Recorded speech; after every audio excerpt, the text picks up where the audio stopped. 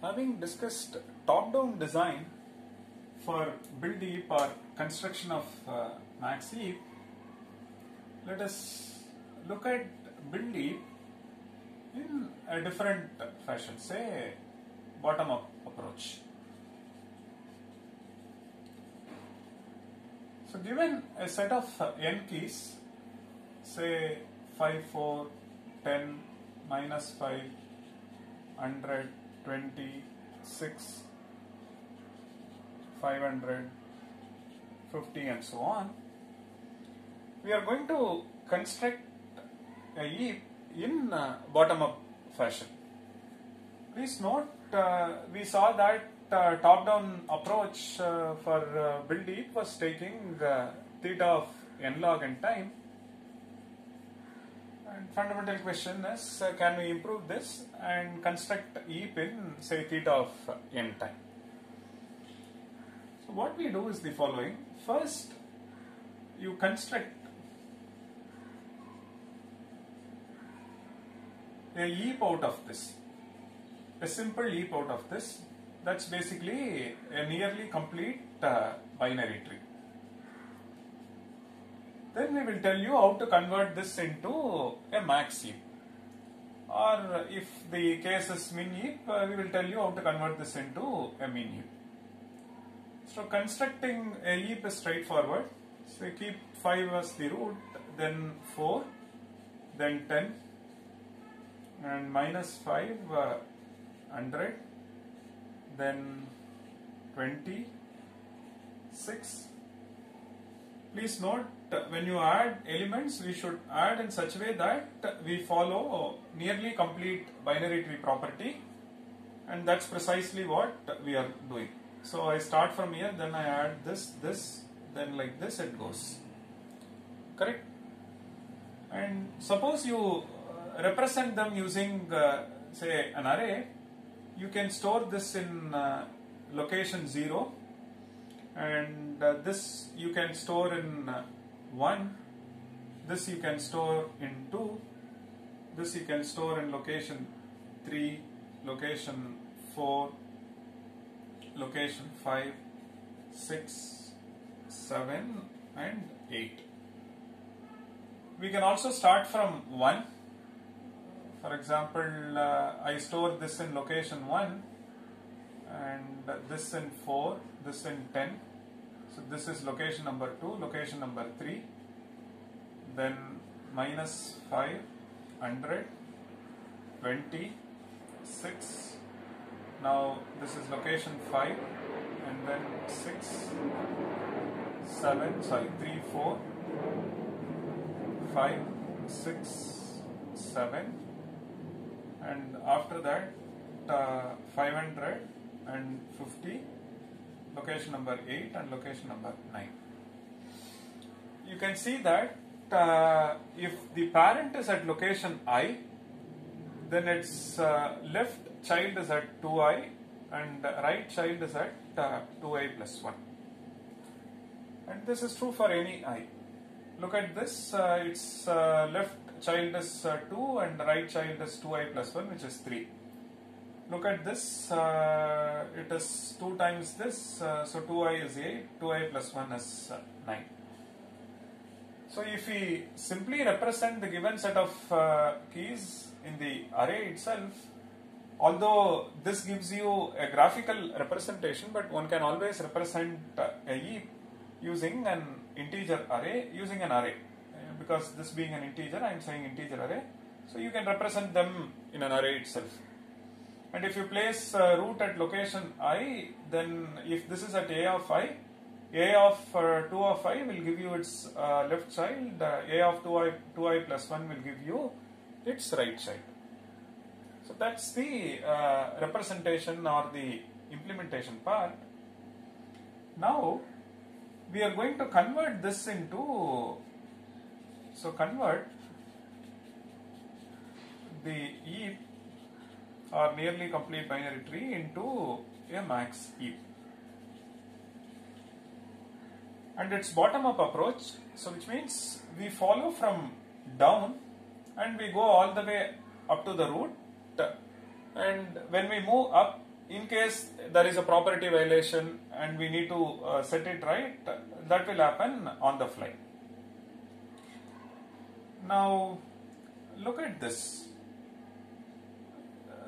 I'm starting from here, so which means it's like this. So you start from here, then you go to this side, so you visit all leaves, then you go one level up, like this it happens. So you start from the last leaf, then you visit all of them, then you go to one level up, then complete that part, then you move one level up, like that we move and we go all the way up to the root.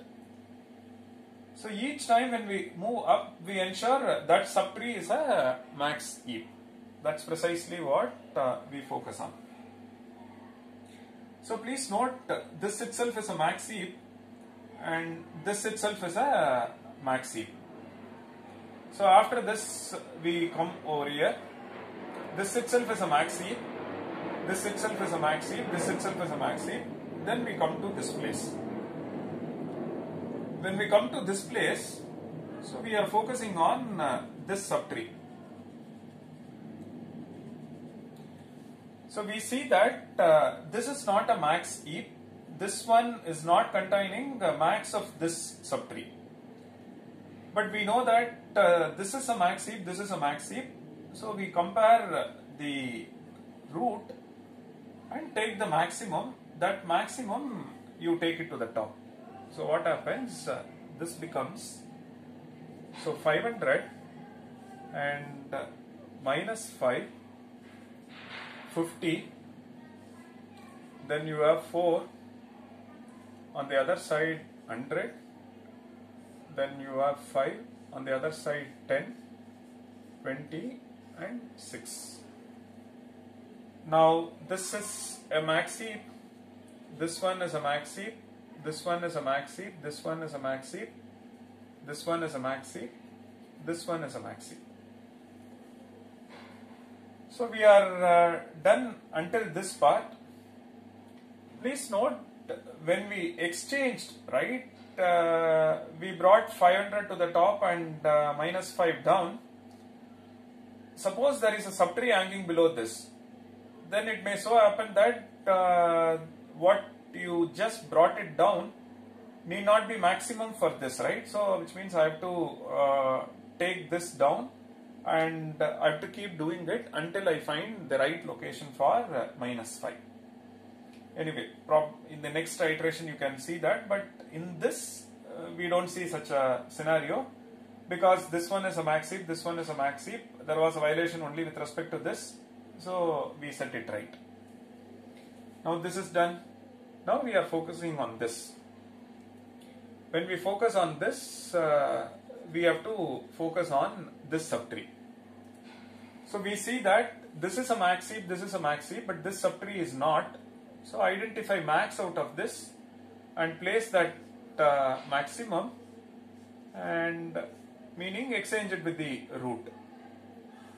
Now it is 5, 4 and 500, 100, minus 5 and 50. So now we are at this place. We see that this one is a max heap, this one is a max heap, this one is a max heap. After that we come over here. So when we come over here, we see that this one is not. So what do? We know this is max heap, this one is max heap. Look at the root and take the maximum, swap it with the maximum. So this becomes 5, and when we swap it with maximum, it becomes 500, 4, 100. On the other side it is 20, 10 and 6, and this becomes minus 5 and 50.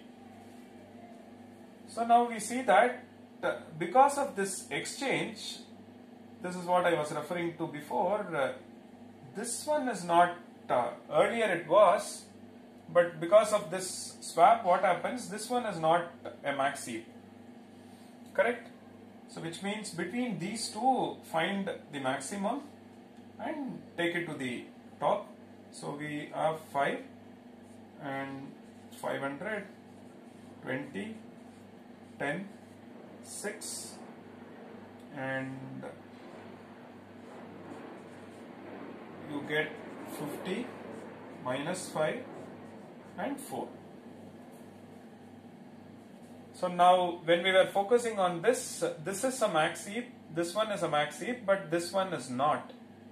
Then we identified max out of this, exchange it with the root, then this is what we got. Because of the new element, what happens, there is a max violation down, so I need to set right this.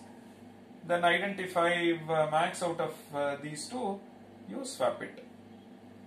Now no further recursion. Now you see that the entire thing, this one is max heap, this one is a max heap. Correct? Now let's go to the last level. We see that this one, if you see, this one is not containing maximum. So what are we supposed to do? We need to find maximum and exchange. Correct? So root gets 500, then on the other side it is 20, 10, 6 and we get 5, 100, 50 minus 5 and 4. Now we see that because of this there is a violation over here. Now I need to set right this. When we set right this, what we get is 500, 20, 10, 6. This part is perfect. This part, identify max out of these two and place it over here. So we get 100, then this side it becomes 5, other side it is 50, and with respect to 50 it is minus 5 and 4. So what is that we did? We started from the leaf, and at each iteration we were ensuring this subtree is max heap, this subtree is max heap. So each one of this is max heap. With that we go up and ensure that is this subtree max heap, this subtree max heap, this subtree max heap, this subtree max heap, and so on. When a subtree is not max heap, for example this one, we know it's child subtrees, right?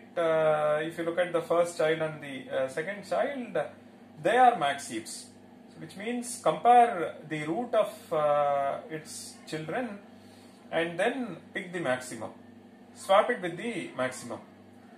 Now it may so happen that this is maximum for this, but it may so happen that what you bring in may not satisfy max property.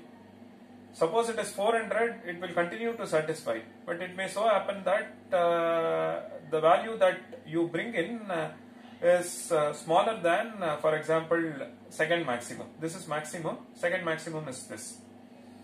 If it is smaller than second maximum, then what will happen? You may have to set right max heap in the below subtree also, and it can go all the way down until the leaf node. That's precisely what happened in this case. So we brought in, it is not just one level, again there is violation, so we need to swap it. That's what we have done. And next, when we went here, there was one exchange, but was that enough? No, there was one more swap. That's precisely what we have done. So it may so happen that when there is a violation, I will have to swap with this, then swap with this, swap with this. That's like the height. Correct? So what is that we are doing? We are first comparing these two and identifying maximum, and that maximum is compared with this. So we do two comparisons. One comparison to identify the max of these two. Correct? max 1 and max 2, this is subtree, max 1 and max 2. After that, what do we do as part of comparison 2? You compare max and the current root. So after we make two comparisons, we identify whether we need to swap or not. Suppose there is no swap, then it's perfect. But if there is a swap, then we come down and the chain continues, meaning the recursion, it may so happen that there is a violation with respect to its subtree again. So we make another two comparison shift, again two comparison shift, again two comparison shift, until we hit T of 1 subproblem. And how many times we do this, we may have to do with respect to the height. So now that's precisely what we need to focus on as part of the analysis. Suppose there is a violation, then we swap after spending two comparisons or after incurring two comparisons. And like that we do it all the way up to the leaf node. How many times we do this is precisely the height of the tree. So now we shall get into the analysis and see what exactly is the cost. Is it still theta of n, n log n, or is there an improvement in the complexity, which we shall see next.